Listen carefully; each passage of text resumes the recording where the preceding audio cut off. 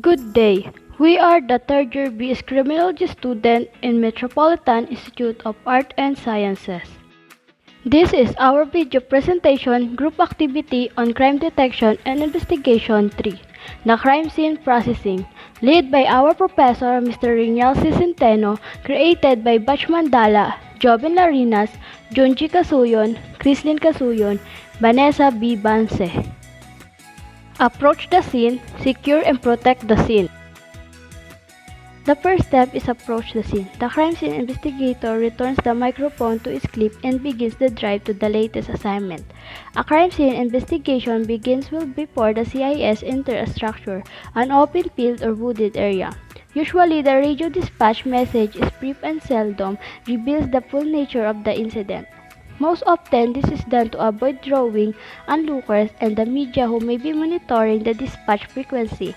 As the CIA turns onto the street in question, his first obligation is to turn on his powers of observation. He may make a mental note of what he sees, hears, and smells, or better still records them on a digital voice recorder. His first reaction to the scene must be, does anything look out of place, what odors may be noticeable, and are there an unusual sound. Secure and protect the scene. Hopefully, the first responders haven't caused too much disruption to any potential physical evidence. Before even stepping inside the structure, ingress and egress to it must be controlled. Sentries at all possible entrances should be put in place. So the CIS will establish the boundaries of the crime scene, then out comes the crime scene tape.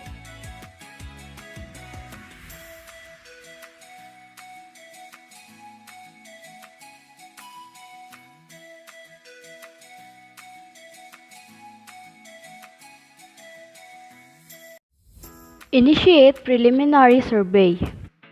Again, before entering the structure, an exterior survey is needed. This may be nothing more than walking around the exterior of the structure to see if any obvious evidence is apparent. This would include open windows, damaged doors, ladders, and the like. The question the CSI is asking is, how was entry made to the structure? Once indoors, the CSI will make a visual survey of the actual room in which the incident reported took place. The CSI is on site for the purpose of finding, evaluating, and collecting physical evidence. In most agencies, statements from witness and survivor are handled by the investigator detectives. Of course, during this entire survey period, the CSI is taking notes and or recording of sensory observation. Evaluate physical evidence, possibilities, and prepare a narrative of the scene. Evaluate physical evidence possibilities. The very nature of what appears to be obvious should trigger the thought processes of the CSI. What happened here? When did it happen? And what sort of evidence should be present? Questions that should be answered initially are: did the shooting occur in this room? Has the body been moved by first responder or perpetrator? Has any object been moved especially by first responder or family members? Were additionally shot beside the one in the victim's head. This means examine walls, ceiling, room, objects, etc. Are shells chasing apparent? If so, mark them with placards, evident tent, etc. so they will be obvious in photos. Are traces of blood apparent in other areas of the room indicating movement of the victim? Is blood spattered apparent? Are the signs of a struggle? Are the visible footprints in the blood? Each crime scene may well generate other questions to be answered by the CSI. The above list is simply the most obvious question. Prepare a narrative of the scene. The CSI notes can serve as a very critical part of the overall physical evidence available from the scene. The investigator must keep in mind that months or even years later this case may go to trial. Your notes must present the full story of what you saw and any impression the evidence gave you. Avoid speculation as to what occurred unless you have physical evidence to back it up.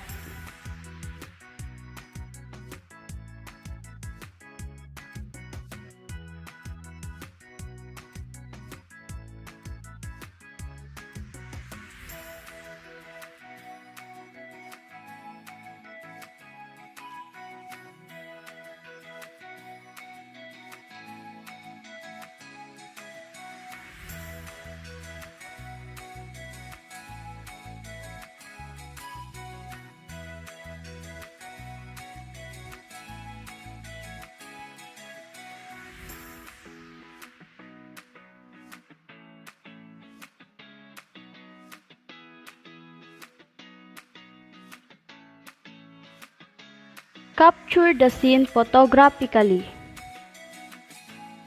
Capture the scene photographically. Be certain to have overall, medium range, and close-up shot of any potential physical evidence. Be certain to include skills in the close-up shots.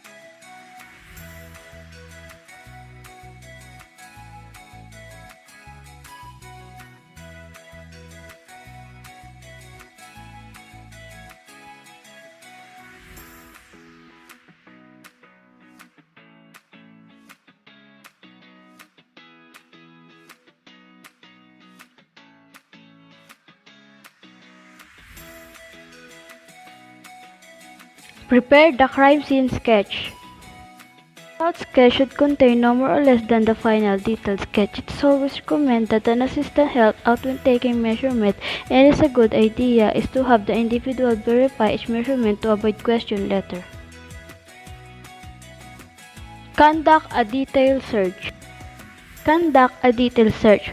Go over every square inch of the scene in an attempt to locate even the smallest particle of evidence. This brings to mind a recent case wherein a woman was brutally beaten to death in her bedroom several days after the crime scene was released to the family. The victim's sister found a tooth from the victim of the bedroom carpet. Many crime scenes warrant the use of an evidence vacuum in the scene to collect any potential microparticle evidence such as hair and fibers. This step should be performed prior to any close-in inspection of the victim.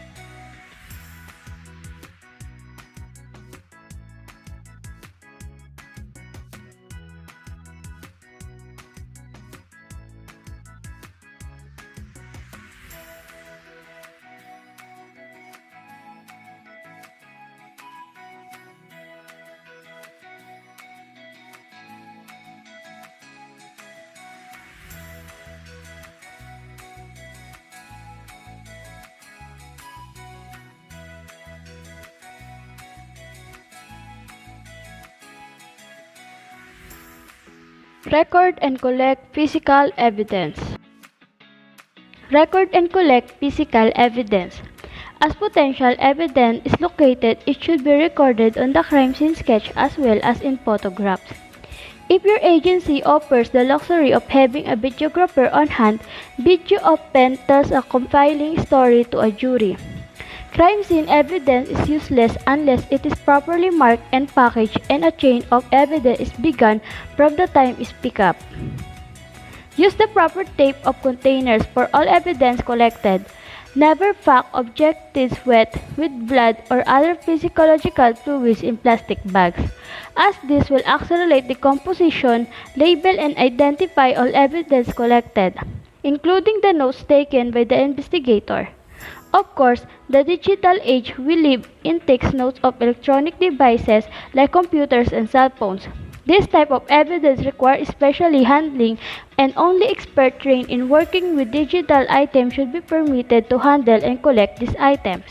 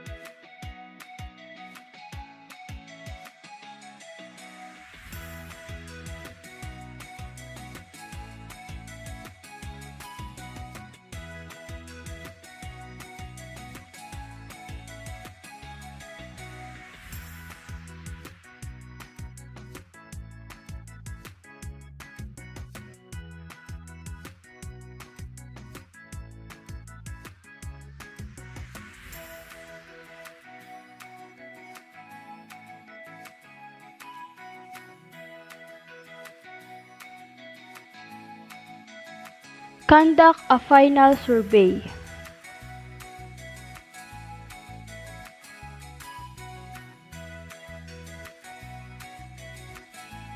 Release the crime scene. While it is normal for others having an interest in the property to want to regain access, the CSI should not be rushed, coaxed, or bullied into releasing the scene until the job is done.